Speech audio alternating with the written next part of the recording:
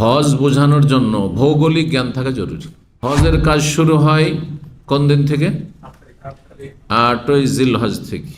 হজে যাবেন তাদের জন্য এই সময়টাই এই দার্সগুলি আয়ত্ত করা, এই সম্পর্কে জানা এবং সেই অনুযায়ী হজ করা, এটি ফরজে আইন।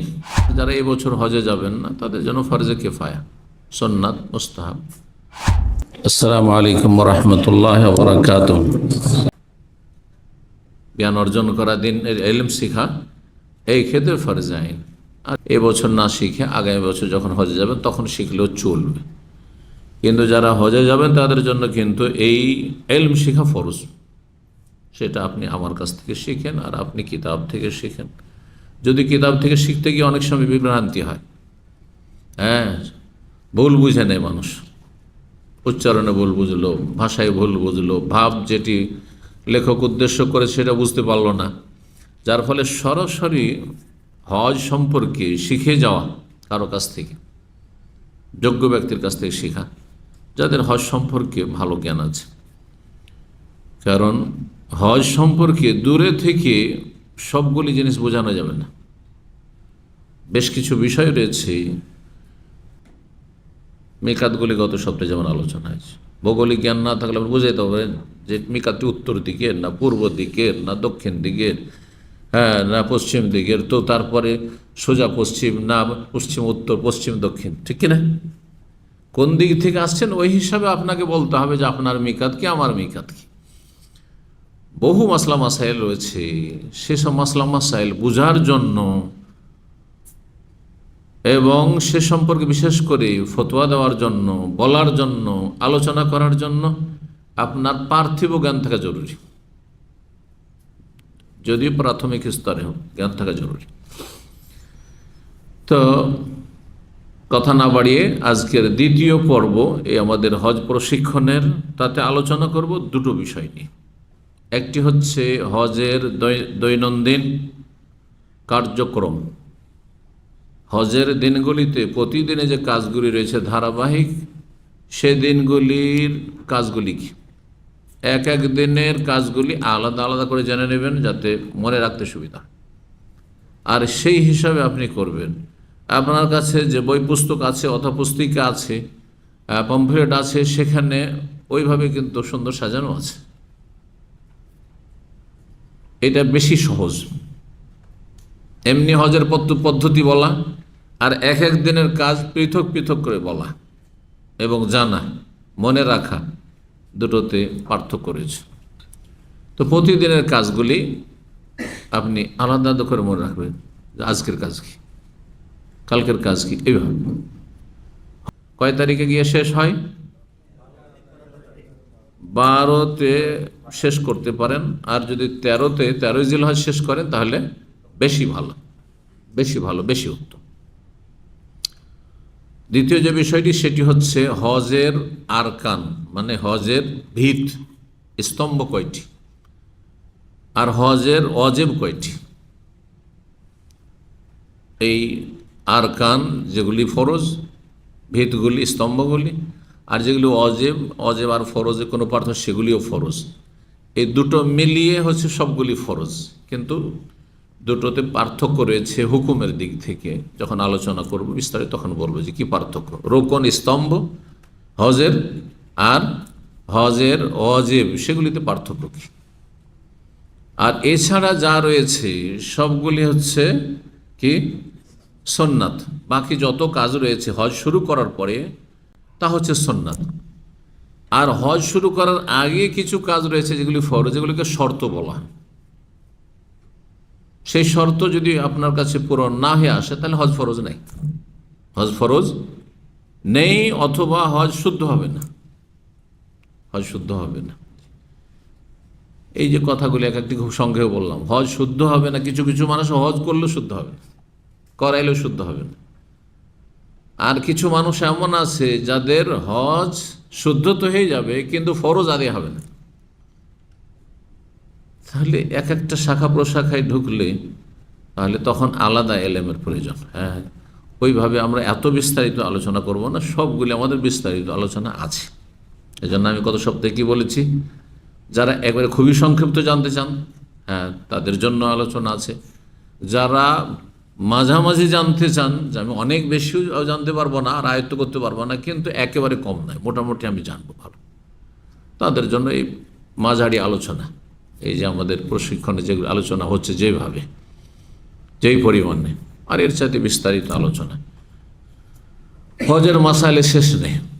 হজের মাসাইল কত হইতে পারে? আমাদের একজন ওস্তাদ, খুব বিজ্ঞ আলেম সৌদি আরবের, এক সময় বলছিলেন যে ধারণা করেন তো আমাদেরকে বলছো, যা আপনি কল্পনা করেন তো হজের কতগুলি মাসাইল হইতে পারে। এই প্রশ্ন যদি আপনাদেরকে করি, সাপোজ ধরে নেন আপনাকে বলা হলো হজের কতগুলি মাসাইল হইতে পারে, কত বলবেন? 100, 200, 400, 500 না তার বেশি? হ্যাঁ, কত হইতে পারে? চলেন ডাক্তার সাহেব বলবেন। হ্যাঁ, 500। চলেন, উনি পিএইচডি করা মানুষ 500 বললেন, উনি দুনিয়ার হিসাব বললেন। হ্যাঁ, কিন্তু দিনের মাসলা মাসাইল যে কত জটিল, হ্যাঁ, সেটা জানা থাকলে উনি আরও বাড়িয়ে দিতেন। কথা বুঝতে পেরেছেন? আপনাদের কারো ধারণা হচ্ছে কম না বেশি? কত? কেমন করে জানলেন 3000? কোন এক বক্তব্য শুনেছি, তো আলোচনায় আছে, আমার বলছি ডিটেলস যখন আলোচনা করেছি, 3000-এর বেশি, 3000 নয়, 3000-এর বেশি, আনলিমিটেড আছে, 3000-এর বেশি হজের মাসাইল রয়েছে। বুঝতে পেরেছেন? তো হজের দুটো আলোচনা তাহলে করব। একটি হচ্ছে দৈনন্দিন হজের কার্যাবলী, 8 তারিখ থেকে শুরু। 8 তারিখের কাজ কি? তার আগে হজের প্রকরণগুলি, হজ কত প্রকার আলোচনা করেছি গত সপ্তাহে না? হজে তামাত্তু করেন বা কেরান করেন বা ইফরাদ করেন, 8 তারিখে গিয়ে সব এক জায়গায় হয়ে যেতে হবে। 8 তারিখে গিয়ে এক জায়গায় হইতে হবে। তামাত্তুওয়ালা নতুন করে এহরাম করে, হ্যাঁ, মেনায় পৌঁছিবে, আর কেরানওয়ালা আগে থেকেই দুটোকে মিলিয়ে নিয়ে নিয়ত করিয়াছে, এহরাম অবস্থায় আছে, ওমরা করার পরে হালাল হতে পারেনি, কারণ সে কেরান দুটোকে একসাথে মিলিয়েছে।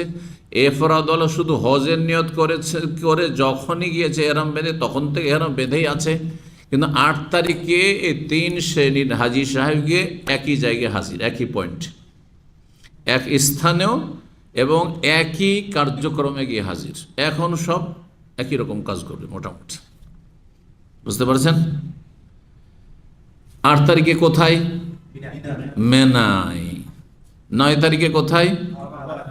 আরাফাই। 9 তারিখের দিন গিয়ে 10 তারিখের রাত, এই রাতটি কোথায়? মুজদালিফায়। মাশাআল্লাহ। তারপরে 10 তারিখ সকাল থেকে কোথায়? মেনায় কাজ শুরু, আর তারপরে মেনা হয়ে মক্কার, হ্যাঁ, মক্কার কাজ, আর মক্কার কাজ সেরে সন্ধ্যা হতে হতে রাতের অধিকাংশ সময় তখন আপনাকে কাটাবার জন্য চলে আসতে হবে কোথায়? মেনায় চলে আসতে হবে। তারপরে 11 তারিখ 12 তারিখের কাজ, হ্যাঁ, গুলি সব মেনার কাজ, আর মক্কায় কোনো কাজ নাই তেমন। তেমন কেন বলছি? কারণ শেষ বিদায় তো অফ আছে, সেই জন্য। দেখেন, এই তেমন কথাটা লাগালাম, এ তো আমার রহস্য আছে, তাই না? যদি বলি যে কিছু কাজ নেই, যখন বলবো যে বিদায় তো অফ আছে, তখন বলবো যে কাজ আছে, তাহলে বুঝতে পারছেন না? এই জন্য তেমন কোনো কাজ নেই এখন। বিদায় তো অফ কখন? যখন বিদায় হবে না, আপনি মক্কা 1 মাস থেকে গেলেন, তাহলে 1 মাস পরে। অনেক হাজিরা যারা পরে আসছে, একবারে শেষখানে আসবে, তারা ওইরকম থাকবে। তো 8 তারিখের কাজ কি দেখি? 8 তারিখের কাজ কয়টি কে বলতে পারে? যারা হজে যাবে তারা বলুক। হ্যাঁ, শুধু এহরাম বাঁধা। হাজি সাহেবেরা, হ্যাঁ, কয়টি কাজ? থাকা। চলেন, কথা কমপ্লিট না ইনকমপ্লিট, অসম্পূর্ণ? হ্যাঁ, আর কেউ হজে যাবে বলেন? 8 তারিখের কাজ হচ্ছে 2টি। 8 তারিখের কাজ হচ্ছে এহরাম বাঁধা। এই জন্য বলবো না যে এটা তামাত্তুওয়ালার জন্য এহরাম বেঁধে যাওয়া, বুঝতে পারছেন না? যেখানে আছে সেখান থেকে, যদি মেনায় গিয়ে রাখে তো মেনা থেকে এহরাম বাঁধবে। ধরেন একদিন আগে গিয়ে মেনা রেখে দিচ্ছে, কারণ বহু হাজিকে রাত্রিবেলা নিয়ে চলে যাচ্ছে, তো জরুরি নয় যে ও আপনার একদিন আগে এহরাম বেঁধে চলে যাবে হোটেল থেকে। ও গিয়ে জোহরের আগে সকালবেলা মেনাই তার বাসা জানা, গত রাতটা যে থেকেছে ওইটাও তার বাসা হিসাবে থেকেছে তাবুত। 8 তারিখে এহরাম বাঁধার সময় শুধু তামাত্তুকারীর জন্য, বাকি এফরাদ আর কেরানকারী তো ওই এহরাম বেঁধে আছে, সুতরাং এহরাম বাঁধা কাজ বলতে হবে না। এখানে দুটো কাজ কি, একটি হচ্ছে মেনায় গিয়ে অবস্থান করা সেই দিন এবং রাত ফজর পর্যন্ত,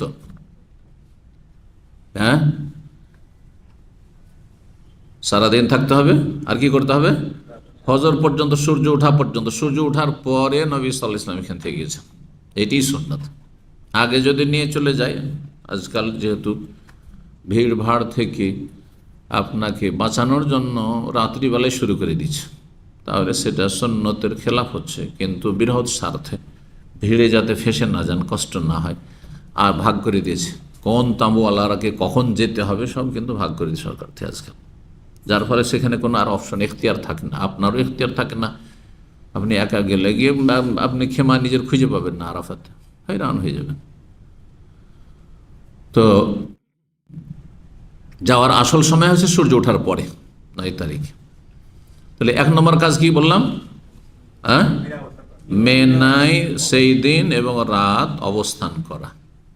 আর রাত্রিটা অবস্থান করা মানে যাপন করা। এই যে দিন থাকবেন আর রাত্রি যাপন করবেন, এটি সুন্নাত কাজ, ওয়াজিব আর ফরজ নয়, ওয়াজিব বা রুকুন নয়, সুন্নাত কাজ। সুন্নাত কমলে কি হবে, হজ হয়ে যাবে, নেকি কমবে। যত সুন্নাতে ঘাটতি করবেন তত নেকি কমবে। যারা মক্কার হাজিরা ডাইরেক্ট আরাফা চলে যায় 9 তারিখে সকালবেলা, বাড়ি থেকে বাসা থেকে টান দিল ওইদিকে চলে গেল। আজকাল তো খেমত থাকতে বাধ্য, কিন্তু একসময় প্রায় এরকমই করতো। তাহলে তাদের সুন্নত ছোট, যত সুন্নত কমবে তত বেশি নেকি কমবে, কিন্তু হজ নষ্ট হবে না। যেমন নামাজে যত সুন্নত কমাবেন তত নেকি কম পাবেন। রফায় দেন করলেন না, আমিন জোরে বললেন না, বুকে হাত বাঁধলেন না, এইরকমই আপনি মেলাগুলি সুন্নত আছে, দোয়া মাসুরা পড়লেন না, শুধু ফরজ ওয়াজিবটা আদায় করলেন নামাজে, নামাজ হয়ে গেল কিন্তু নেকি কমলো, ওইটুকুই ঠিক। একটি কাজ কি বললাম, এখানে দিন রাত থাকা এবং রাত্রি যাপন করা। 2 নম্বর কাজ হচ্ছে 5 ওয়াক্ত সালাত এখানে পড়তে হবে। 5 ওয়াক্ত সালাত পড়া আপন আপন সময়ে, জমা করা চলবে না, এখানে সুন্নতের খেলাফ। আপন আপন সময় পড়বেন এবং হাজি সাহেবেরা সকলেই, এখানে কে মুসাফির কে গ্যার মুসাফির দেখা দেখি নেই, সকলেই, এমনকি মক্কার হাজিও যদি এহরাম অবস্থায় থাকে তাহলে কসর করবে। কসর মানে কি, 4 রাকাত বিশিষ্ট সালাতকে 2 পড়া। তাহলে মাগরিবকে না, মাগরিব 3 পড়তে হবে, মাগরিব কসর নেই। জোহর 2 রাকাত, আসর 2 রাকাত আপন টাইমে, এশা 2 রাকাত, এইভাবে 5 টাইমে 5 ওয়াক্ত সালাত পড়বেন। 5 ওয়াক্ত সালাত পড়া মেনাই, আর রাত্রি যাপন করা, এই দুটি হচ্ছে এইখানকার মেনার কাজ। 8 তারিখের কাজ এক কথায়। 9 তারিখে সূর্য ওঠার পরে বেরোবেন যদি স্বাধীনতা থাকে, না হলে যখন নিয়ে যাবে তখন যাবেন। 9 তারিখের দিনটি হচ্ছে আরাফার দিন, আর হাজ্জ আরাফা, হজ মূলত আরাফায় অবস্থান না। আরাফায় অবস্থান করা যে হজের যে স্তম্ভগুলি, রুকনগুলি রয়েছে তার অন্যতম। অন্য রুকনগুলিতে বিলম্বেও আদায় করা যায়, কিন্তু আরাফার দিনের অবস্থান যদি আরাফার দিনের না হয় তাহলে হজ হবে না। আগেও যদি থেকে চলে আসেন তবুও হবে না, আর পরেও যদি যান তবুও হবে না। এই জন্য হাদিস রয়েছে আল হাজ্জু আরাফা, হজ মূলত আরাফা অবস্থানের নাম। যে কোনো অবস্থায় অসুস্থ থাক, অ্যাম্বুলেন্সে করে তাদেরকে নিয়ে যাওয়া হয়। মুমূর্ষ হয়ে আছে, চলতে পারছে না, নড়তে পারছে না, উঠতে পারছে না, অ্যাম্বুলেন্সে রাখা হয় তাকে, অ্যাম্বুলেন্সে রেখেই তাকে আরাফা অবস্থান করানো হয়। এখানে আলহামদুলিল্লাহ সৌদি সরকার এই সার্ভিসগুলো রেখেছে, জাযাকুমুল্লাহ খাইর। জি,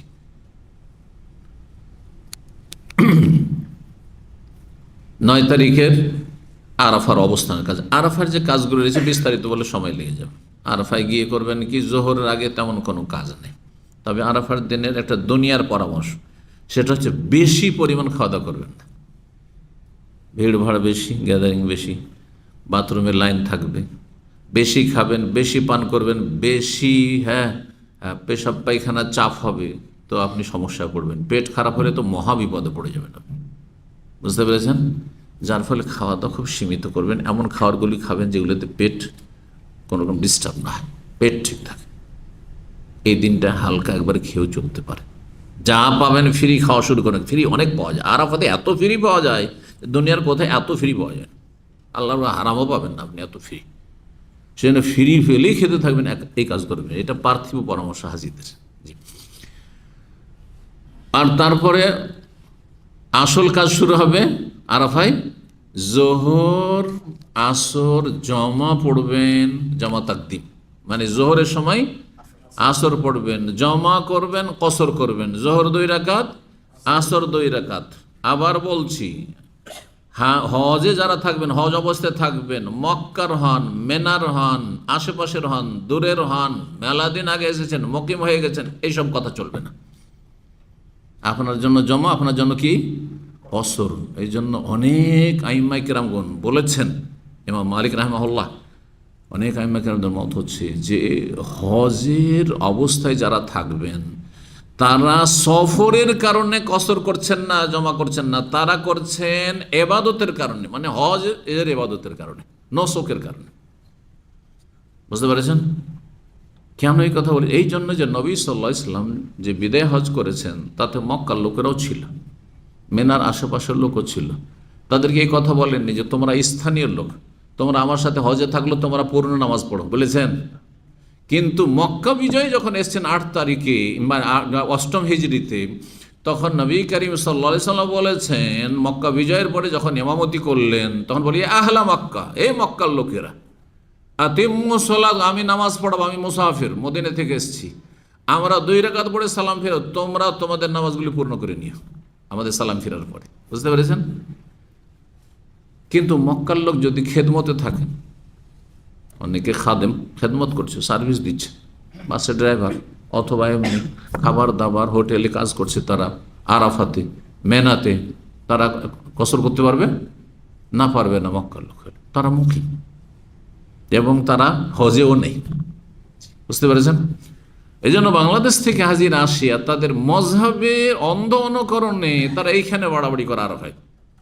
একসাথে জমা করবেন না, বলে মসজিদে নামেরাতে গেলে জমা করবে, শুধু তাদের মুফতিরা বলে, বল ফতোয়া, যে কোনো জায়গায় আপনি খেমাতে জমা করবেন, কারণ নবী সাল্লাল্লাহু আলাইহি ওয়াসাল্লাম জমা করেছেন, আপনি জমা করবেন, এর ভিন্ন কোনো প্রমাণ নেই।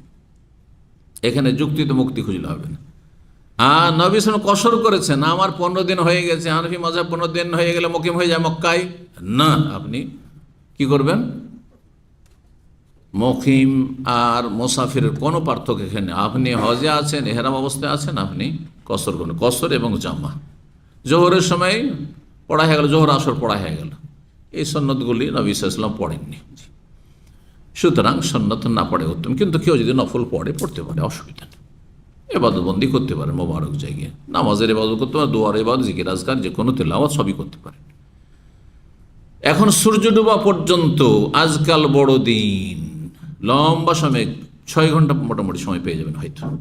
এই দীর্ঘ সময়ের অধিকাংশ সময়গুলি দোয়া এবং জিকির আজকার করবেন। আর একটি গুরুত্বপূর্ণ জিকির হচ্ছে কোরআন তেলাওয়াত, শুধু কোরআন তেলাওয়াত করতে পারেন।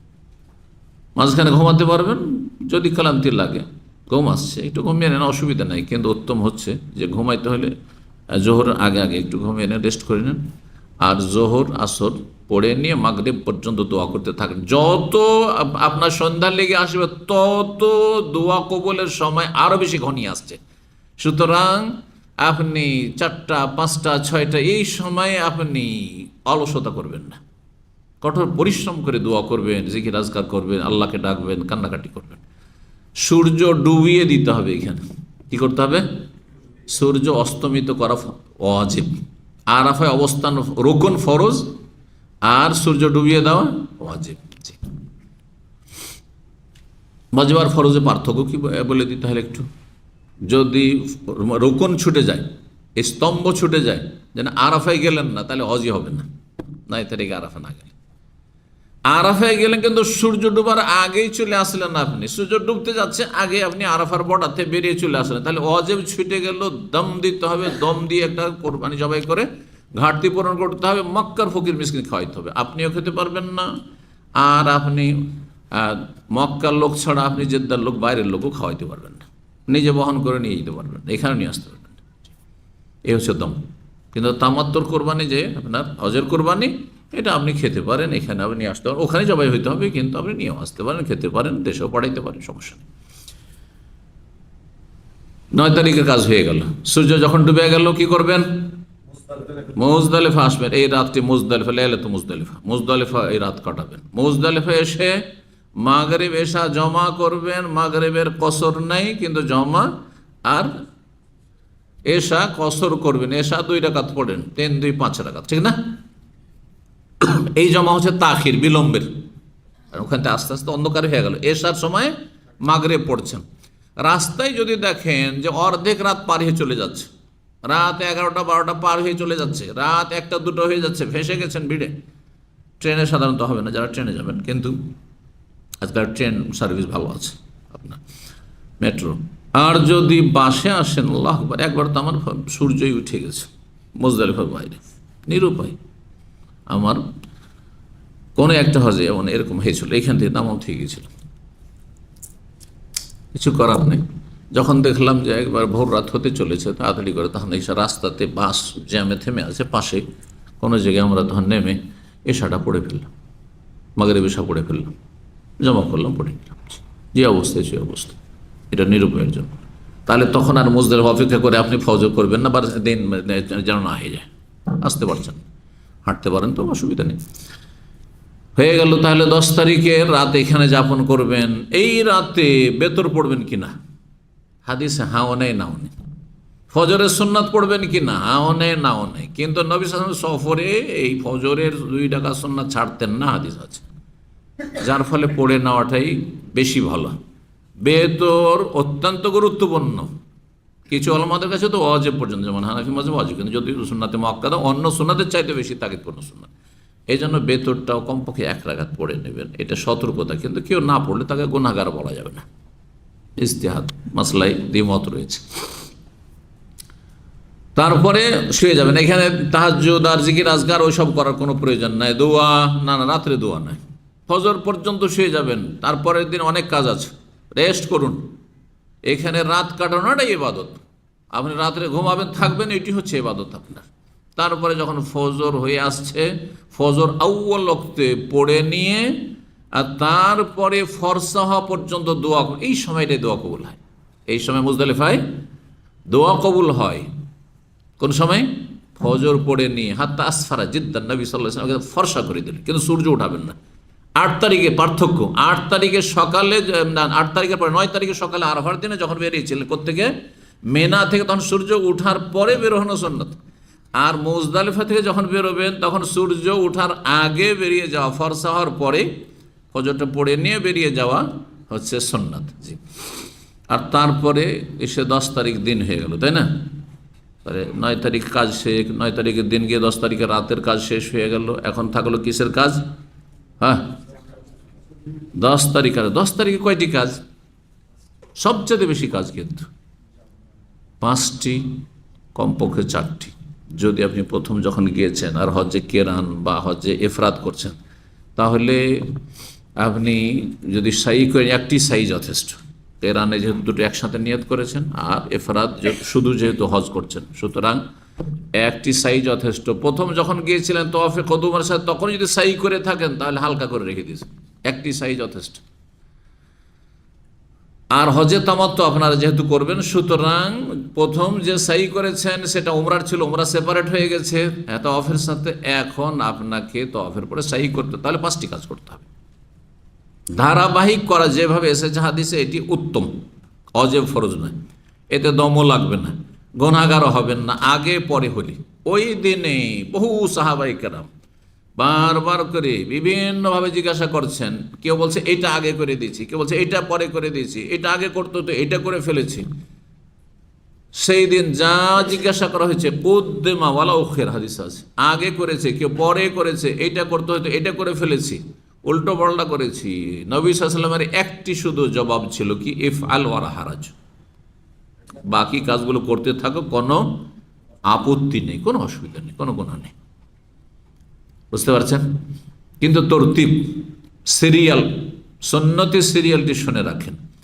এই 5টি কাজের প্রথম কাজ হচ্ছে মেনা এসে বড় জামরাকে, তাহলে প্রথম যেটা পড়বে সেটা বাদ দিয়ে দেবেন, উলা, হ্যাঁ, তারপরে এটা হচ্ছে উস্তা, হ্যাঁ, মাঝখানে জামরা, এই দুটোকে বাদ দিয়ে দিবেন। তারপরে শেষ দিকে মক্কার দিকে যে শেষ জামরা, সেখানে কি করবেন, 7টি পাথর মারবেন। এই পাথরগুলো নেবেন কোথা থেকে?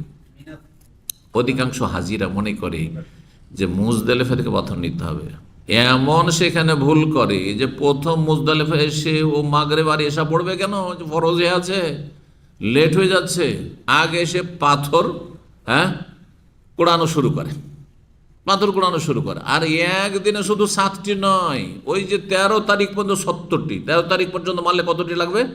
70টি লাগবে। আর 12 পর্যন্ত যদি আপনি মারেন তাহলে 21টা কমে যাবে 70-এ। সবগুলি একসাথে ও বোঝাই করে নিয়ে যাবে এখান থেকে। যদি কেউ ধারণা করে যে পাথরগুলি মুজদালিফা নিতে হবে, তাহলে এটা বেদাতি ধারণা। কিন্তু মেনাতে পাবো কি পাবো না, চলো আগেই নিয়ে নিই আমি, রাত্রে কেউ যদি এইভাবে নিয়ে নেয়। নবী সাল্লাল্লাহু আলাইহি ওয়াসাল্লাম কিন্তু মুজদালিফা থেকে নেয়নি। মুজদালিফা থেকে যখন রওনা দিলেন তখন বললেন নবী সাল্লাল্লাহু আলাইহি ওয়াসাল্লাম একজন সাহাবীকে, যে যাও তো উল কুতলি সাবা হাসা, 7টি, আজকে 7টি মারতে হবে, 7টি কঙ্কর আমার জন্য নিয়ে আসো, 7টি কঙ্কর নিয়ে আসো, আর বড় নিও না। তো 7টি কঙ্কর রাস্তা থেকে নিয়েছেন। আপনি রাস্তায় মুজদালিফা থেকে আসতে যে কোনো জায়গায় নিয়ে নেন, অথবা আপনি মেনায় এসে নেন, জি। আর তারপরে সেই দিনে 7টি কঙ্কর মারবেন। এই যে কঙ্কর মারা শুরু করবেন, শুরু যেমনই করবেন, বিসমিল্লাহ আল্লাহু আকবার বললে প্রথম বিসমিল্লাহ, তারপরে আল্লাহু আকবার, তারপরে প্রত্যেকবারে ইউকাব্বিরু মা আল্লাহু আকবার, বিসমিল্লাহ আল্লাহু আকবার বারবার নাই, বিসমিল্লাহ বারবার নাই। প্রথম ভালো কাজের ক্ষেত্রে বিসমিল্লাহ, সেই জন্য বিসমিল্লাহ, কিন্তু হাদিসে তকবীরের কথা শুধু এসছে। কিন্তু বিসমিল্লাহ নাও বলে আল্লাহু আকবার, আল্লাহু আকবার, আল্লাহু আকবার, তাহলে সে সুন্নত মোতাবিক কাজ করে।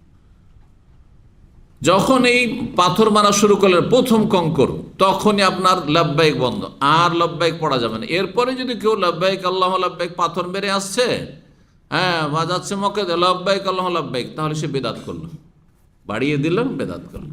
ইসলামে বাড়িয়ে দেওয়ার নাম বেদাত। যেটা নেই সেটাকে যদি অতিরিক্ত করেন, আপনি বাড়িয়ে দেন, তাহলে তার নাম বেদাত। বুঝতে পারছেন? তালবিয়া শুরু হয়েছে কখন? যখন এহরাম করেছেন। আপনারা তামাত্তু করবেন 8 তারিখে সকালবেলা, আপনি যখন এহরাম করেছেন যেখানে থাকেন সেখান থেকে, তখন থেকে লাব্বাইক শুরু হয়েছে।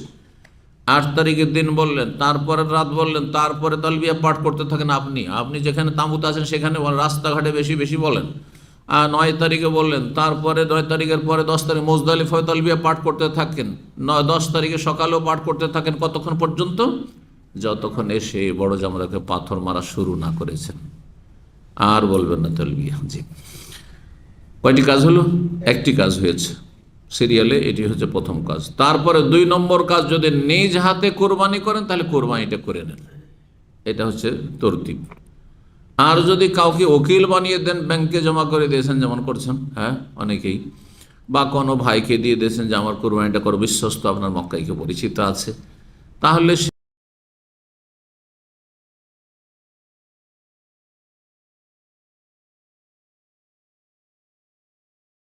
যখন করুক, আপনার অপেক্ষা করার কোনো প্রয়োজন নেই। অধিকাংশ হাজিরা না জানার কারণে বলে আমার কোরবানি কখন হবে বলেন, কারণ আপনার ওই কোরবানির জন্য হালাল হইতে পারছি না। ভুল কথা এটা। কোরবানির জন্য সময় হচ্ছে 4 দিন, 13 জিলহজ পর্যন্ত কোরবানি হইতে পারে, বাড়িরও কোরবানি, হাজিরও কোরবানি। তাহলে কি 13 জিলহজ পর্যন্ত আপনি অপেক্ষা করবেন? যদি বলে আমি 13 তারিখ করবো, কিন্তু আপনার কোরবানি, বুঝছেন না?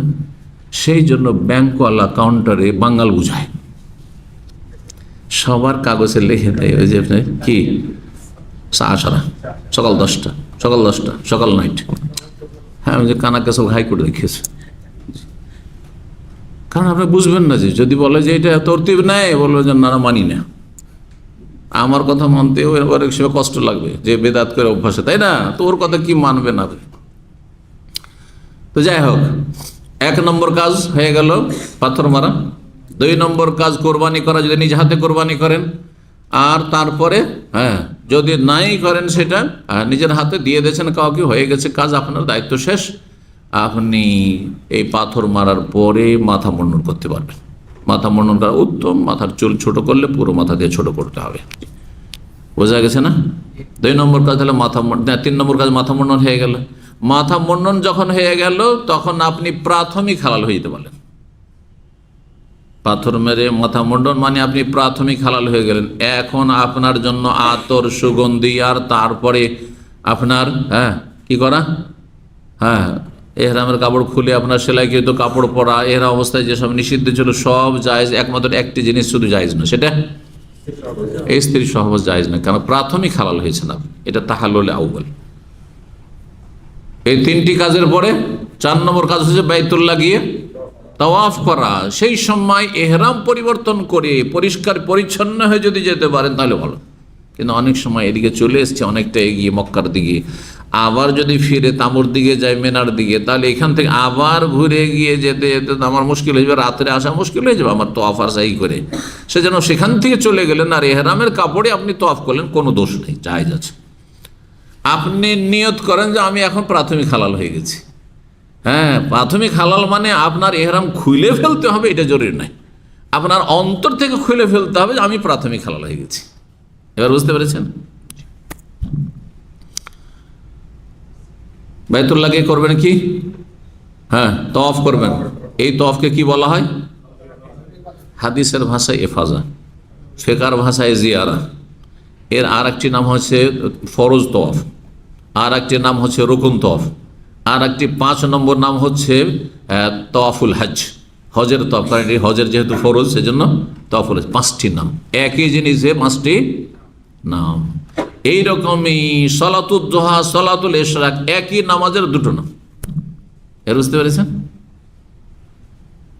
এইরকমই তারাবি আর তাহাজ্জুদ, একই নামাজের কয়েকটি নাম আছে। এই কয়েকটি ইবাদত সম্পর্কে জেনে রাখেন। ইসলামের পরিভাষা, যেটি তাহাজ্জুদ সেটা রমজানে পড়লে ওটার নাম কি হয়ে গেল? তারাবি। এই রাতে পড়েন আর ওই রাতে পড়েন, বুঝতে পারছেন না? তারাবি আলাদা, তাহাজ্জুদ আলাদা, এই ফতোয়া ভুল। আর এই কথা, এই তথ্য ভুল, একবার তথ্য। বড় বড় হানাফি ওলামারা এটা স্বীকার করেছে, মুহাদ্দিসরা স্বীকার করেছে। কারণ হাদিসে এর হদিস পাওয়া যায় না যে 2টো ভিন্ন ভিন্ন নামাজ। এর সাথে ফজর মধ্যে যা পড়বেন তাই তাহাজ্জুদ, আর সেটা রমজানে হলে ওর একটা নাম বেড়ে যায় তারাবি। 2 নম্বর তারাবি হলো তারাবি, তাহাজ্জুদ, কিয়ামুল লাইল। রমজানে হলো নাম কিয়াম রমজান। 5 নম্বর নাম সলাতুল লাইল। এরও 5টি নাম, একই নামাজের 5টি নাম। ওই রকমই তওয়াফে ফাজার, একই তওয়াফের কয়টি নাম বললাম? 5টি নাম। জি। তওয়াফ করার পরে কি করবেন? এখন সাফা মারওয়ার সাই করবেন। জি, সাফা মারওয়ার সাই করবেন। আচ্ছা, যদি ইহরামের কাপড়ে থাকেন তো এই সময় কি ইস্তেবা করতে হবে? এই সময় কি রামাল করতে হবে? একটু করে দৌড়াবার চেষ্টা করতে হবে? না না, এইটাতে না, ওইটা তওয়াফে কুদুম, প্রথমটাতে শুধু। এতে করলে বেদাত হবে। এক জায়গায় সুন্নাত, তার এক জায়গায় বিদআত হয়ে গেল। বুঝতে পারছেন? এটার নাম দিন। কারণ দিন হচ্ছে নবী সাল্লাল্লাহু আলাইহি ওয়াসাল্লামের অনুসরণ নাম, নবীর তরিকায় আপনার ইবাদত করার নাম। কয়টি কাজ হয়ে গেল সংক্ষেপে? জামরায় পাথর মারা 7টি, বড় জামরাকে, আর তারপরে কোরবানি করা, মাথা মুন্ডন করা, বাইতুল্লাহর তওয়াফ করা, সাফা মারওয়া সাই করা। করে যত তাড়াতাড়ি পারেন সেখান থেকে চলে আসার চেষ্টা করেন, যাতে করে সন্ধ্যা হতে হতে অথবা এশা হতে হতে আপনি চলে আসেন কোথায়? মেনা। রাসূলুল্লাহ সাল্লাল্লাহু আলাইহি সাল্লামের সুন্নত, জোহর পড়েছেন মেনায় ফিরে এসে। এটা একটি রিওয়ায়াত, প্রসিদ্ধ রিওয়ায়াত। আর একটি রিওয়ায়াতে রয়েছে যে জোহর মক্কা থেকে পড়ে এসেছেন। 2টো পরস্পর বিরোধী রিওয়ায়াত আছে। কেউ কেউ সমন্বয় করেছেন যে জোহর রক্ত সেখানেই হয়ে গেছিল, সুতরাং সেখানে জোহর পড়ে নিয়েছিলেন আউয়াল ওয়াক্তে। তারপরে মেনা আসছেন তো দেখছেন সাহাবায়ে কেরাম সব অপেক্ষা আছেন যে নবী সাল্লাল্লাহু আলাইহি ওয়াসাল্লাম আসবেন, তো তার পেছনে আমরা জোহর পড়তাম, তাকদেরকে পড়িয়ে দিয়েছিলেন। তাহলে 2টো রিওয়ায়াত আপন জায়গায় ঠিক আছে। তাহলে জোহরে চলে এসছেন আপনি, জোহরের টাইম এখন 1টা-2টার মধ্যে নবী সাল্লাল্লাহু আলাইহি ওয়াসাল্লাম তাহলে চলে এসছেন। বুঝতে পারছেন না? আপনি না পারেন আসরে আসেন, মাগরিবে আসেন, আর এশার আগে আগে আসেন। রাত 12টায় আসবেন, 2টায় আসবেন, আর বলবেন যে রাত কাটাতে এসেছি। রাত কোথায় কাটলো? সিংহভাগ রাত তো কেটে গেল মক্কায় অথবা রাস্তায়। তাহলে আপনার মিনার অজীব কেমন করে আদায় হলো? বিষয়টি মনে রাখবেন। এখন 10 তারিখের কাজ শেষ হয়ে গেছে, রাত 11 শুরু হয়েছে, তাই না? তাহলে 10 তারিখের কাজ 5টি বলে দিলাম। 11 তারিখের কাজ কি? জি, কয়টি কাজ? প্রথম কথা, 11 তারিখ, 12 তারিখ, 13 তারিখ এই দিনগুলিতে হাজী সাহেবের কয়টি কাজ? আমার আঙ্গুলই তো বুঝতে হবে, এইরকম করছি আমি, বুঝছেন না? 2টি কাজ। একটি হচ্ছে রাত যাপন করা, ওয়াজিব, সুন্নাত নয়, এটি অধিকাংশ আইম্মার কাছে ওয়াজিব। 2 নম্বর হচ্ছে 3টি জামরাকে দিনের বেলা এই 11, 12, 13-তে জাওয়ালের পরে মারতে হবে। জাওয়াল মানে মাথার উপর থেকে সূর্য গড়ে যাওয়ার পরে মারতে হবে, ঢলে যাওয়ার পরে মারতে হবে। 10টা 11টায় কিছু জাহেলরা মারতে আছে, আজকাল পারমিশন দিচ্ছে, এক সময় নিষেধ করতো, সিকিউরিটি দাঁড়িয়ে থাকতো। কিন্তু আমি করোনার আগে যে হজ করলাম তাতে দেখলাম যে নিষেধ করেন না, মানে ছড়িয়ে দিয়েছে, অসুবিধা নেই। কিন্তু না, অসুবিধা আছে, সুন্নতের খেলা। নবী সাল্লাল্লাহু আলাইহি সাল্লাম অপেক্ষায় আছেন, জাওয়াল হইল, মাথার উপর দেখো তো সূর্য গড়েছে কিনা, তারপরে মেরেছেন। একজন সাহাবী মারেননি। তার মানে 11 তারিখ, 12 তারিখ, 13 তারিখের পাথর মারার সময় জাওয়ালের আগে হয় না, জাওয়ালের আগে হয় না, জি, জোহরের পরে। জি, আপনি জোহরের নামাজ পড়েন আর না পড়েন, যে জোহরের নামাজ নাও পড়েন আপনি, কিন্তু মাথার উপর তো সূর্য গড়ে গেছে, তারপরে মেনে নিয়েছে আপনি জোহর পড়েন। জোহর বিলম্বে পড়া যাবে, 2টো, 2:30, 3টা, যতক্ষণ পর্যন্ত আসর হয়নি ততক্ষণ পর্যন্ত জোহর রক্ত আছে। আউয়াল রক্ত না হইল, নাই হইল, জোহর পড়া আপনার শর্ত নাই, কিন্তু জাওয়াল হওয়া শর্ত, মাথার উপর সূর্য ঢলে যাওয়া শর্ত। জি, 11 তারিখের কাজ 2টি হয়ে গেল। কি করলেন? দিনের বেলা দুপুরের পরে পাথর মারলেন, আর রাত্রি কি করবেন? হ্যাঁ, কাটাইলেন, আগে রাত্রি গেছে। আর তারপরে 12 তারিখে রাত চলে আসলো, সে রাত যাপন করবেন মেনায়, আর দিনের বেলা আবার পাথর মারবেন। তারপরে 12 তারিখে যদি মনে করেন যে আমি তাজিল করব, আজকাল যে অপশন, নসুক অপশনে আপনারা যে আপনার হজের বুকিং দিয়ে, সেখানে কিন্তু আছে আপনার কাফেলা, আপনার তাজিল না তাখির, মানে আপনাকে জলদি করে, তাজিল মানে জলদি করা, 12 তারিখে নিয়ে চলে আসবে নাকি 13 তারিখে নিয়ে আসবে, ওখানে কিন্তু আপনার কন্ট্যাক্ট করা আছে। জি, তো যদি আপনি মনে করেন যে 12 তারিখে চলে যাব, তাহলে সূর্য ডোবার আগে আগে মিনার ময়দান ছেড়ে দিতে হবে। ইচ্ছে করে মেনায় থাকা যাবে না, মানে দোদুল্যমান অবস্থায় থাকা যাবে না। কিন্তু ধরেন সামান নিয়ে আসতে গেলাম, পাথর মারার পরে সামান আমার আছে, যেহেতু খেমাতে সামান নিতে গেলাম, সূর্য ডুবে গেল, ভিড় কোনো অসুবিধা, বাস ছাড়লো না, সূর্য ডুবে গেল, রাত হয়ে যাক, ভোর হয়ে যাক, কোনো অসুবিধা। নিয়ত শেষ করে ফেলেছেন যে আমি আর থাকছি না। কিন্তু ধরেন যাবো না, থাকবো, যাবো না, আর একদিন থাকবো, করতে করতে সূর্য ডুবিয়ে দেওয়ার পরে ভাবছেন যে না চলেই যাই, না, আর যাওয়া যাবে না, ফরজ এখন ওয়াজিব হয়ে গেছে, আপনার থাকে, রাত কাটানো ওয়াজিব হয়ে গেছে, আর 13 তারিখে পাথর মারাও ওয়াজিব হয়ে গেছে। 12 তারিখের কাজও এরকমই 2টো, 13 তারিখ কাজও এরকমই 2টো। এই সময়গুলিতে বেশি বেশি জিকির আজকার করতে হবে। কোরআনের ভাষা আল্লাহ ফাইজা কাযাইতুম মানাসিকাকুম, যখন তোমাদের হজ সম্পূর্ণ হয়ে গেল, মানে 10 তারিখ কাজগুলি শেষ হয়ে গেল, মেনায় আসলে মক্কার কাফেররা কুফরির অবস্থায় তারা হজ করতো, আর এখানে মেলা লাগাতো, গান বাজনা হইতো, আর শের শায়রি, কাব্য রচনার কম্পিটিশন হইতো, হ্যাঁ, কবিদের, হ্যাঁ, এইসব দুনিয়াদারি মেলা ঠেলা চলবে না। কি করবে? ফাজকুরুল্লাহ কা যিকরিকুম আবাকুম আও আশাদ্দা যিকরা, আল্লাহর বেশি বেশি জিকির আজকার করা। জিকির আজকার মধ্যে গুরুত্বপূর্ণ একটি জিকির হচ্ছে তাকবীর পাঠ করা। এছাড়াও জিকির আজকার, কোরআন তেলাওয়াত, দোয়া, ইবাদত বন্দেগী সব করতে থাকবেন। তাহলে কি হয়ে গেল? কাজ শেষ হলো। 2টো বিষয় বলতে চাই, একটা বিষয়ে যথেষ্ট সময় লেগে গেল, এটাও সেরে নি। হজের কি বলতে চেয়েছিলাম? রুকুন, স্তম্ভ কয়টি, আর ওয়াজিবাত কয়টি? হজের রুকুন কয়টি? 4টি। মাশাআল্লাহ। হজের রুকুনের সংজ্ঞা হচ্ছে যে যদি সেটা ছেড়ে দেন তো হজ হবে না। 4টি, শুধু 4টি মনে রাখতেই হবে। 1 নম্বর এহরাম করা, মিকাতে বলবেন না, মিকাতে এহরাম করা ওয়াজিব, আর এহরাম করতে হবে, বিনা এহরামে হজ হবে না, ওমরা হবে না। এটি রুকুন, ফরজ, স্তম্ভ, এটি আপনার হজের খুঁটি। 2 নম্বর আরাফে অবস্থান করা, ধারাবাহিক বললে, হ্যাঁ। 3 নম্বর বাইতুল্লাহর তওয়াফ করা, ওই 10 তারিখের তওয়াফ, ওইটা হচ্ছে, হ্যাঁ, কি হজের, যেহেতু হজের বয়ান করছি, এখানে উমরা শামিল করছি না, এই জন্য হজের তামাত্তুর ওই উমরা এখানে আসবে না। 3 নম্বর হচ্ছে বাইতুল্লাহর 10 তারিখে তওয়াফে ইফাজা, জিয়ারা, যেটার 5টি নাম বললাম। আর 4 নম্বর হচ্ছে সাফা মারওয়া সাই করা। সাফা মারওয়া সাইতে ইখতিলাফ রয়েছে, একদল ফুকাহা বলছেন যে এটি রুকুন নয়, এটা ওয়াজিব, আর আরেক দল বলছেন যে এটা রুকুন, সুতরাং সতর্কতামূলক সেটাকে রুকুনই মনে করা উচিত। জি, 4টি হয়ে গেল, খুব সহজ তাহলে, তাই না? এহরাম, আরাফে অবস্থান, তাওয়াফ আর সাই, ব্যাস 4টি হচ্ছে হজের স্তম্ভ খুঁটি। হজের ওয়াজিব কয়টি? 7টি। ধারাবাহিক আমরা প্রথম দিক থেকে আসি, তাহলে সিরিয়াল মনে রাখতে সুবিধা। ওই যখন থেকে এহরাম করলেন তখন থেকে, হ্যাঁ, কি মিকাত থেকে এহরাম বাঁধা, আরাফায় চলে আসেন। হ্যাঁ, আরাফায় সূর্য অস্তমিত করা মানে সূর্য ডুবিয়ে দেওয়া পর্যন্ত অবস্থান করা। দিনের বেলা ঘুরে গেলে কি করতে হবে? ওখান থেকে যদি বেরিয়ে যান, অনেকে বুঝে না, ঢুকেই না আরাফায়। এক সময় আমরা হজের ময়দানে ডিউটি করেছি ধর্ম মন্ত্রণালয়ের পক্ষ থেকে, অনেক বছর গিয়েছি। সেই আপনার ছাত্র জীবনে 1 বছর গিয়েছিলাম মদিনা থেকে, আর এখানে আসার পরে 2000 সাল থেকে বেশ প্রথম দিকে তো অনেক যেতাম, প্রায় বছরই যেতাম। সুবহানাল্লাহ, মানুষকে বলে পারা যায় না, ইন্ডিয়া পাকিস্তান বাংলাদেশের লোকে বলে পারা যায় না।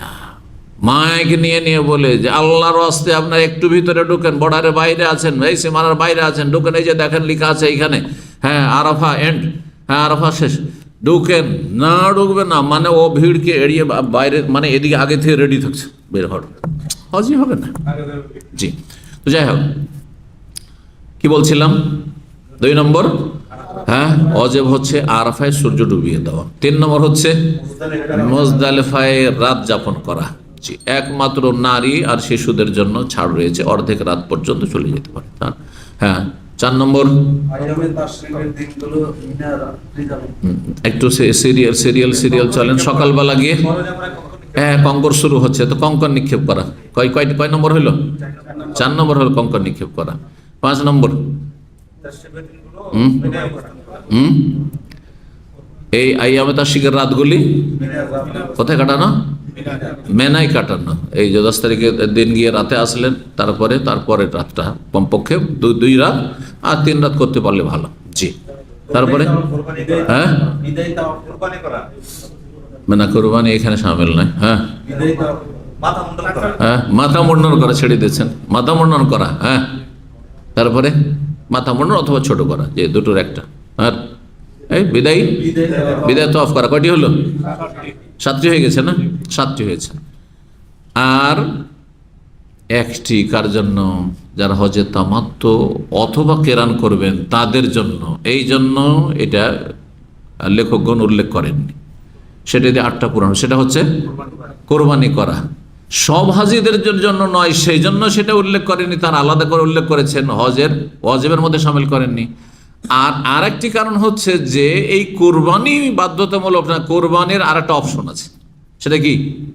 কোরবানি না করে রোজা রাখতে পারেন। ফামান তামাত্তা বিল উমরাতি ইলাল হজ্জি ফামাস্তাইসারা মিনাল হাদি। আল্লাহ বলছেন, যেই ব্যক্তি হজে তামাত্তু বা কেরান করবে, মানে হজের সাথেই ওমরা ভোগ করবে, সেটা আলাদা করে করুক তামাত্তু অথবা মিলিয়ে করুক কেরানে, এই 2 হজেই ফামাস্তাইসারা মিনাল হাদি, যথাসাধ্য হাদির পশু জবাই করতে হবে। যদি ফামাল্লাম ইয়াজিদ, যদি না পায়, পশু নেই, টাকা আছে পশু নেই, পেল না, অথবা পশুর পয়সা নেই, কোরবানি কেনার পয়সা নেই, অভাব আছে, তাহলে কি করবে? ফাসিয়ামু সালাসাতি আইয়ামিন ফিল হজ, হজের দিনগুলিতে 3 রোজা রাখবে, কিন্তু 10 তারিখে চলবে না, 11, 12, 13 এগুলো দিনে আইয়ামে তাশরিকে চলবে না। আগেই রেখে নেন, ওইখানে আগে চলে যান, গিয়ে আগে রেখে নেন 3টি রোজা। যারা আগে চলে এসছেন, আগে না আসেন, পরে রাখেন। যদি একান্ত না পারেন, হ্যাঁ, তাহলে কেউ বলেছে আইয়ামে তাশরিকের দিনে রাখবে। জি, একেবারে ধরে পারলেন না, আপনি চলে আসেন, অসুস্থ হয়ে গেলেন ওই দিনে, তাহলে আপনি কি করবেন? এসেও রাখলেও কোনো কাফারা নেই, কিন্তু সুন্নত হচ্ছে এই 3টি রোজা মক্কাতে রাখা। জি, আর ওয়াসাবাতুন, এই ওয়াসাবাতিন ইযা রাজাতুম, 7টি রোজা রাখবে বাড়ি ফিরে এসে। 10টি রোজা, 10টি রোজা একটা কোরবানির সমান। বোঝা গেছে? সংক্ষেপে আবার বলি ওয়াজিবগুলি: মিকাত থেকে ইহরাম বাঁধা, আরাফায় সূর্য ডুবিয়ে দেওয়া 9 তারিখে, তারপরে হ্যাঁ মুজদালিফায় রাত কাটানো, তারপরে জামরায় পাথর মারা, হ্যাঁ মেনাই রাত্রি যাপন, আর হ্যাঁ মাথা মুন্ডনটা আগে ছুটে গেছে, মাথা মুন্ডন, বিদায় তফ। আর যদি আর্ট করতে চান যাতে করে এলেমটা পারফেক্ট হয়ে যায় জানাটা, সেটা হচ্ছে যাদের কোরবানি অজেব রয়েছে কোরবানি, আর কোরবানি না করলে রোজা অজেব থাকবে, অজেব থাকবে। এই হচ্ছে ওয়াজেবাত। আর এছাড়া যা কিছু আছে সব হচ্ছে